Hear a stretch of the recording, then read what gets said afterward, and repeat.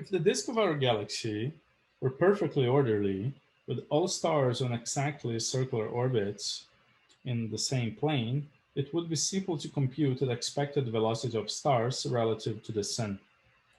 However, the Sun and the other disk stars are not on perfectly circular orbits. A typical orbit is neither circular nor elliptical, but forms a complicated rosette pattern. Since the Sun is on a complicated non-circular orbit, using it as the origin for our reference frame makes the mathematics unnecessarily complicated. It is mathematically convenient then to use an idealized reference frame for our study of motions within the galaxy. This reference frame is called the local standard of rest, or LSR. The LSR has its origin at the Sun's location, that means a radius of 8 kiloparsecs, and is moving in a circular orbit with v naught equal to 220 kilometers per second. In other words, the LSR is doing what the Sun would be doing if it were on a perfectly circular orbit.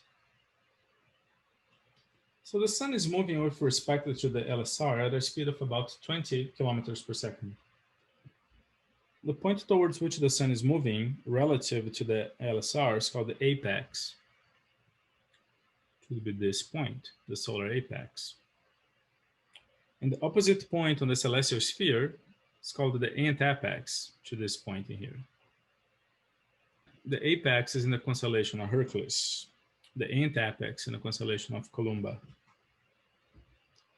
In the disk of the galaxy, it's convenient to use cylindrical coordinates rather than Cartesian or spherical. The cylindrical coordinates are chosen such that r equals 0 and z equals 0 at the galactic center. The azimuthal coordinate is theta equals 0 at the location of the Sun and increases in the direction of the LSR direction of motion. The z coordinate increases as you go north towards the galactic North Pole.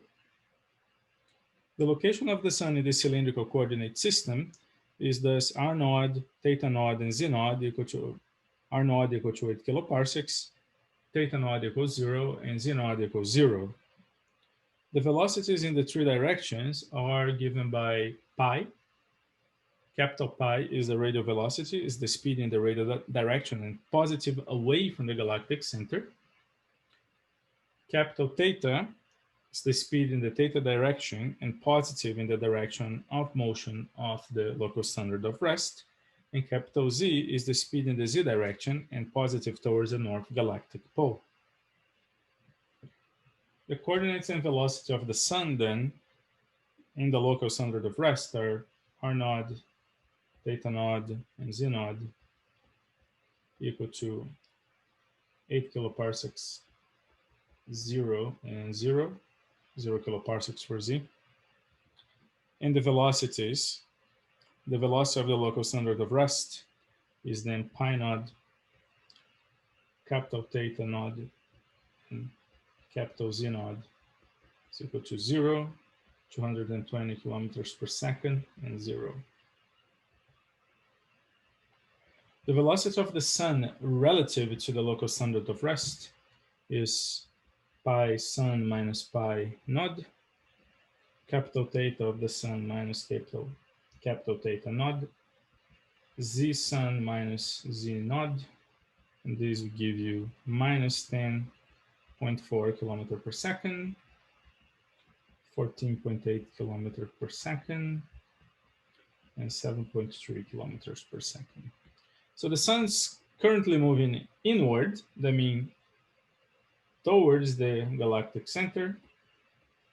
It's moving forward, that means that it's moving faster than the LSR in the azimuthal direction, and the Sun is moving northward towards the North Galactic Pole. The net motion of the Sun then is about 20 kilometers per second in the direction of Hercules, about 23 degrees north of the Milky Way.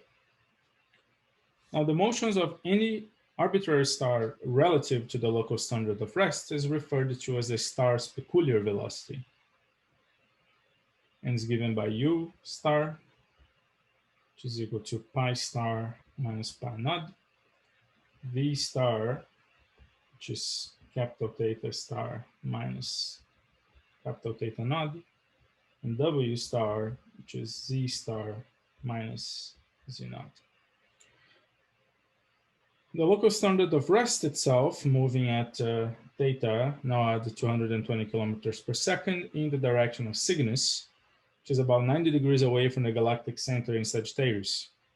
Sometimes the sun's extra velocity, delta V, which is about 90% of the speed of the local standard of rest, is small enough to be ignored, and we can pretend that the sun is on a circular orbit. At other times, it must be taken into account. Similar to when sometimes you can pretend that the Earth's orbit is circular, but sometimes you must take its eccentricity into account. It's all a matter of how accurate you need to be for a given problem.